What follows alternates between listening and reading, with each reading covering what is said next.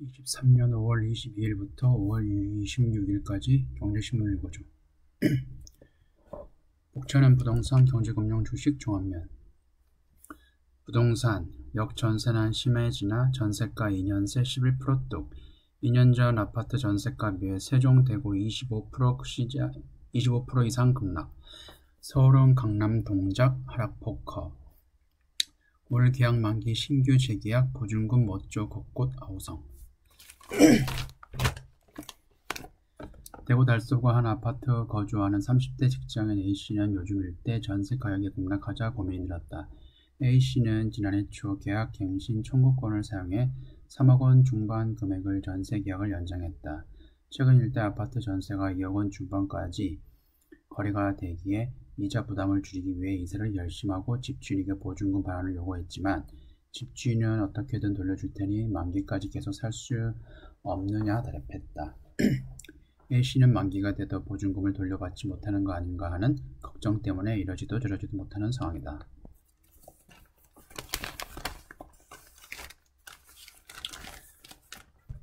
서울 하락률이 9.7%를 기록했다. 자치구별로 강남구와 동작구 아파트 전세 가격이 각각 13%, 12.9% 하락률을 기록하며 가장 큰 하락폭을 보였다.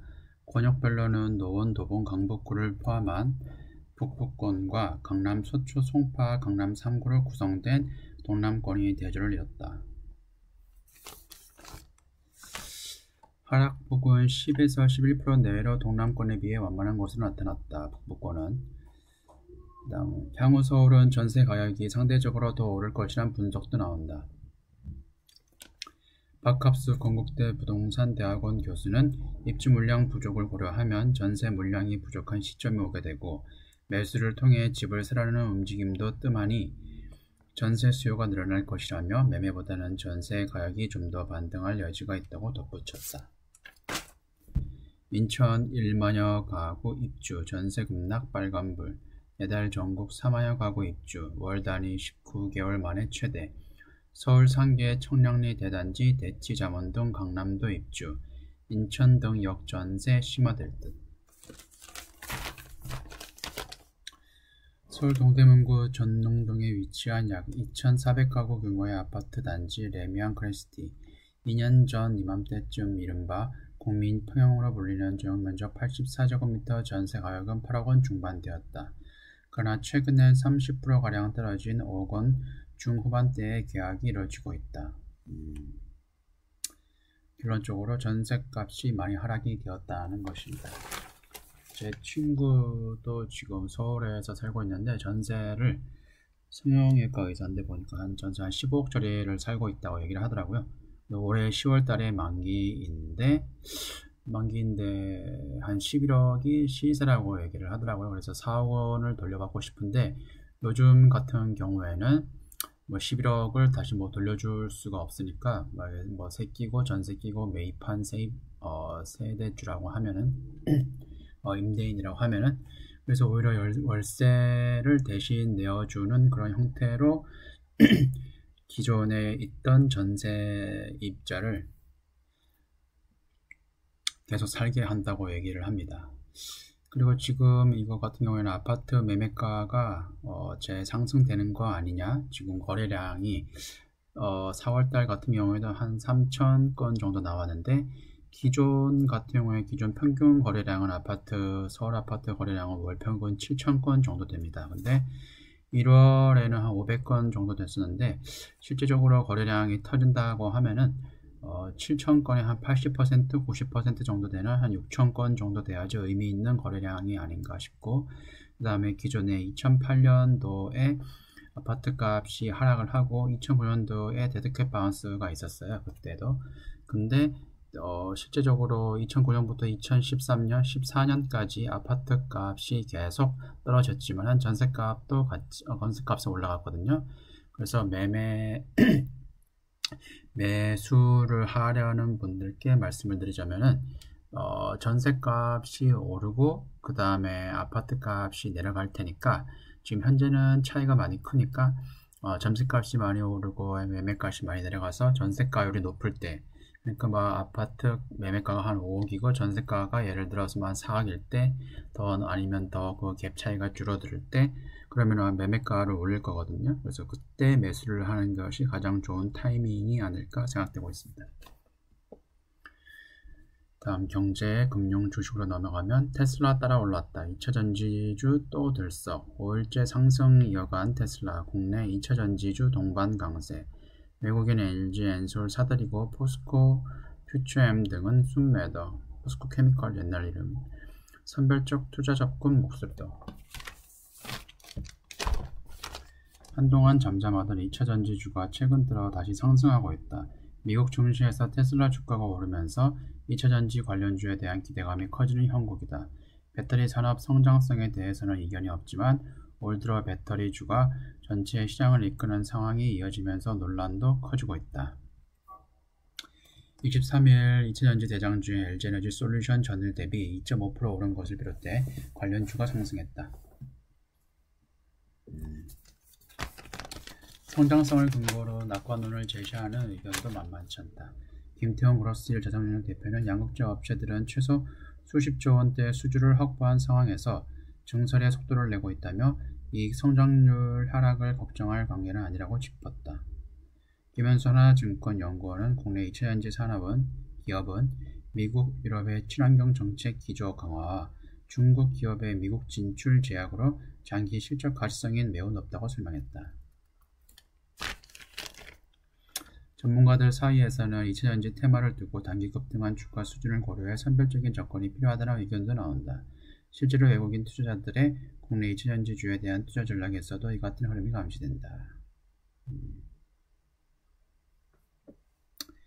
일부에서 양극재 기업들의 전고체 생산 능력에 주목해야 한다는 의견도 제시됐다. 전고체는 수요 대비 공급이 부족해 앞으로 큰 폭의 증설이 요구된다는 설명이다. 전고체 내재화가 본격화되는 국면에서 전고체 가치를 기업 가치에 추가시킬 수 있는 기업은 추가 상승 여력이 충분할 것이라고 판단된다고 설명했다. 2차 전지 같은 경우에는 장기적으로 전기차는 장기적으로 이익이 실적이 올라갈 것임에는 틀림이 없습니다. 그런데 최근에는 많이 급등을 했어요. 예전에 SK텔레콤 같은 경우에도 주식 같은 경우에는 엄청나게 상승을 했거든요. 그런데 이익도 많이 성장을 하긴 했었어요. 근데 중요한 거는 컨센서스인데 시장에서 생각하는 그런 합의점이라고 말씀을 드릴 수가 있는데 한 100배가 오를 거라고 예상을 했는데 한 10배만 올랐어요. 그러면 주식은 그만큼 하락을 하게 됩니다. 2차전지 같은 경우에도 지금 PER이 한 50, 60까지 되고 있는 종목들도 꽤 있는데 그래서 지금까지 영업이익은 계속 분명히 올라갈 거예요. 그런데 PER 50, 60이 아니라 한 10배, 한 20배 정도 기업이익률, 영업이익률이 상승이 되고 해서 예상 시장 컨센서스보다 조금 더 낮게, 조금 더 늦게 성장이 된다고 하면은 그것만큼 SK텔레콤, 예전에 SK텔레콤처럼 많이 하락을 하게 될 것입니다. 다음, 요즘 일학개미 미 국제 ETF 사러 일본 간다. 환차익 노리고 대거 매수 나서 달러당 엔화값 139엔대 최저치. 미국 금리 인상 종료된 반등 예상. 34년 만에 최고치 찍은 일본 증시. 엔저 영향도 큰 만큼 투자 유의.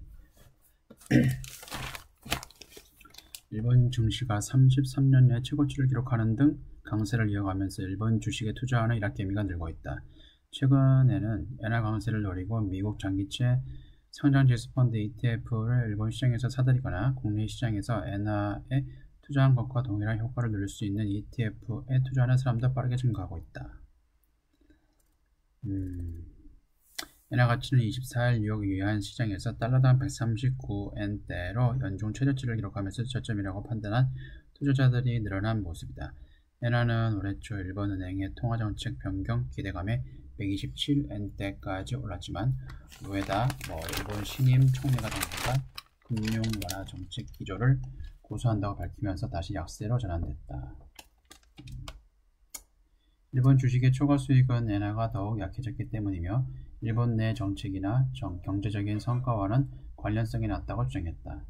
콜 전략가는 그 근거로 니케이 225 지수 상승률이 절대치가 아닌 MSCI 세계 지수와 비교한 결과를 제시했다. 지난해부터 일본 주식의 성과가 엔화 대비 달러 가치와 밀접하게 연동되어 움직이고 있다는 점도 덧붙였다.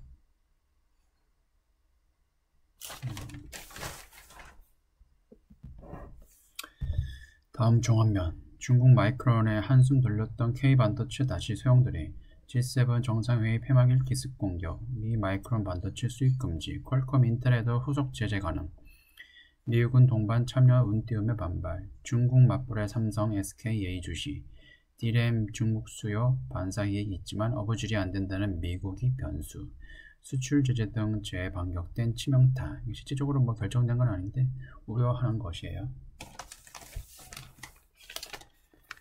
중국이 미국 마이크론에 만드는 메모리 반도체 수입을 국가안보를 이유로 전격 금지하면서 미중 반도체 전쟁이 다시 불길이 타올랐다. 미중 사이에서 낀 한국 반도체 기업은 운신의 폭이 더 좁아진 모양새다.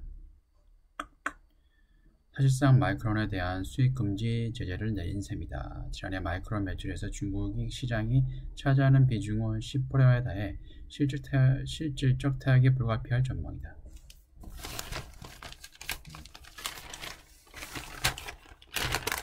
중국의 맞대응으로 삼성전자, SK하이닉스는 향후 추이에 촉각을 곤두세우고 있다. 미 상무부는 이날 성명을 통해 사실상 근거가 없는 제안에 단호히 반대하면서 이를 해결하기 위한 동맹국들과 협력할 것이라고 강한 비판을 내놨다.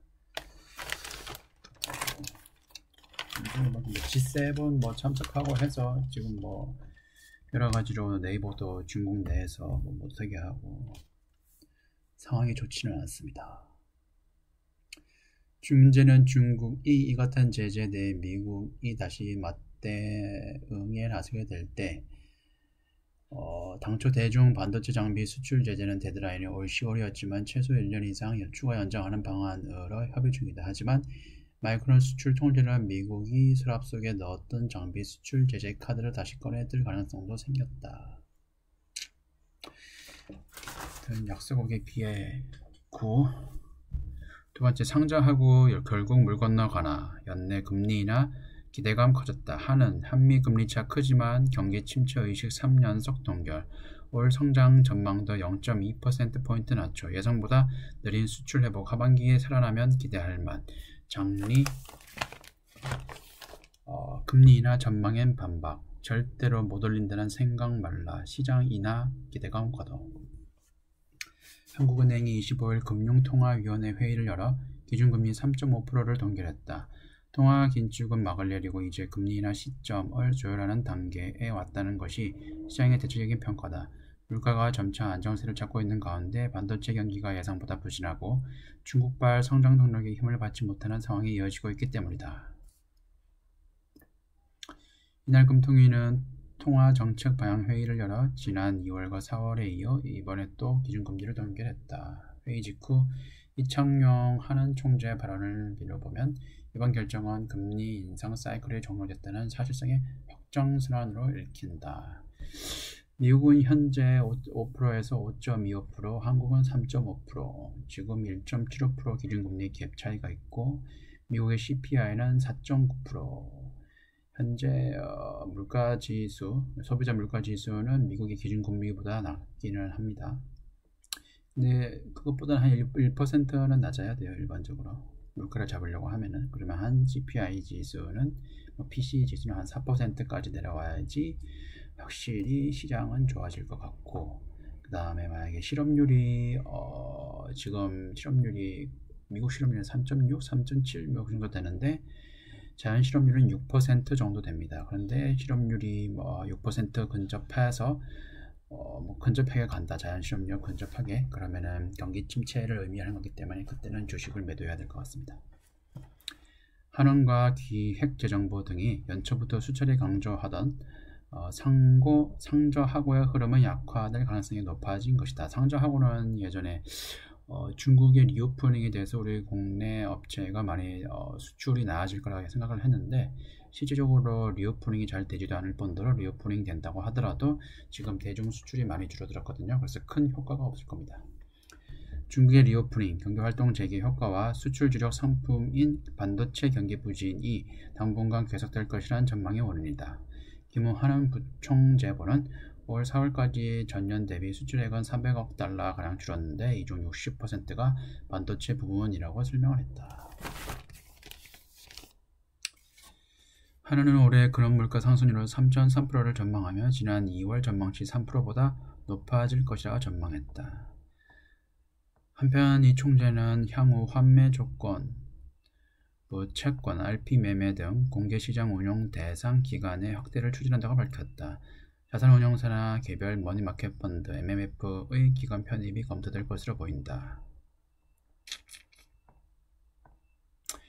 이처럼 시중의 유동성이 과다하면 한은이 지금은 금지되어 있는 자산운용사 등의 창구를 통해 유동성을 흡수하겠다는 보관이다. 네, 여기까지고요. 지금까지 시청해주셔서 감사합니다.